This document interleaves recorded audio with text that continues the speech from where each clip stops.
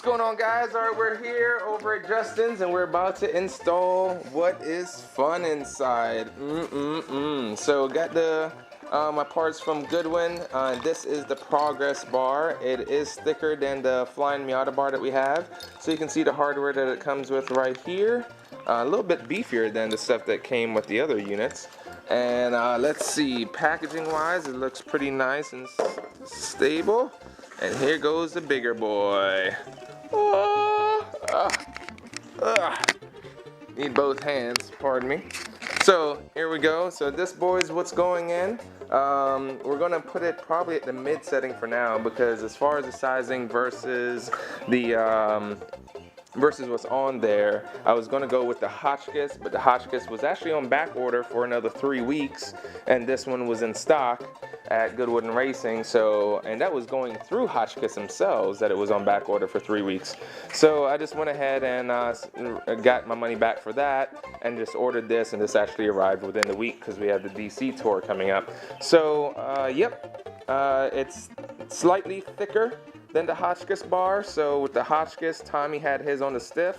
So, you know, by off the cuff calculations, let's just put this on the mid bar. And, you know, hey, if we need to adjust it, we just go softer or harder, respectively. So we'll see what's up. It should be a pretty straightforward install, but we'll see what happens. All right, so we just took out the old bar, the Flying Miata bar.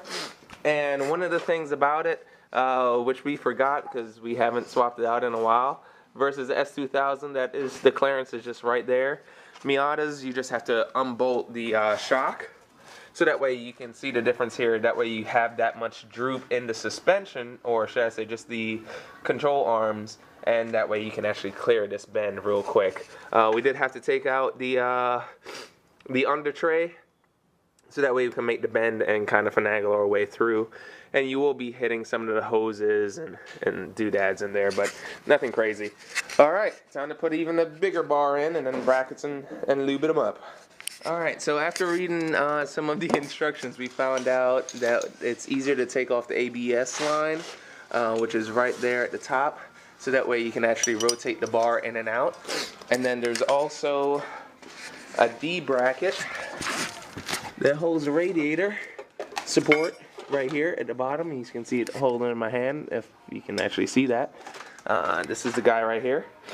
So just take off the back 2 bolts, and then the radiator part, which is in here, will just drop off, and then you're good to go. And that made installing this a lot easier. So anytime you're installing a sway bar, just take this guy off so you can rotate it in.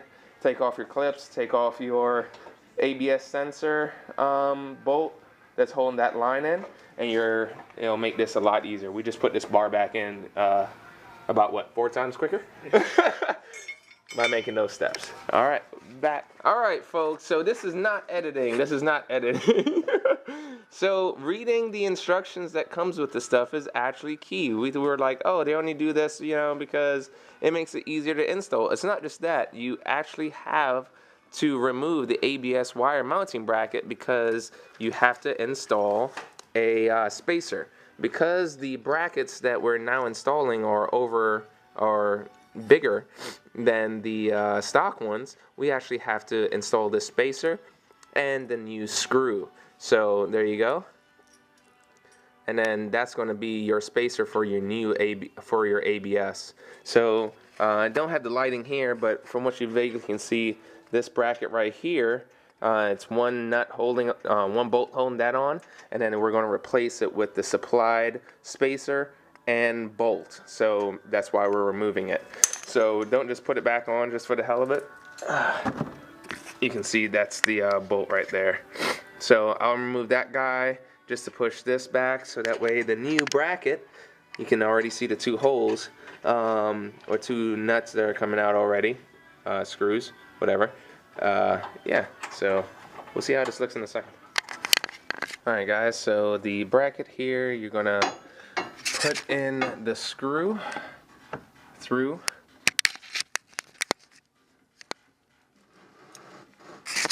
like that, and then I'm just gonna go onto the chassis, so that way you actually have that spacing. That's it. before we put on the bracket. And now I'm struggling. Alright guys, so now we have the bracket in. We got this sway bar in, and all we're doing right now is just tightening up everything. So that one little nub that was on the bar that you saw earlier is actually on the inside, and Justin's over on the other side tightening everything up, and I'm just on this side tightening everything up. So this guy's a 12 for the ABS bracket, and then you're reusing the OEM hardware as far as those nuts for the bracket. So the bracket is really nice and reinforced versus the stock stuff or any other aftermarket stuff, which is just a bigger U-shape bracket. This actually is really nice. So go ahead and tighten these bolts up, and we'll go ahead and start putting everything else back together.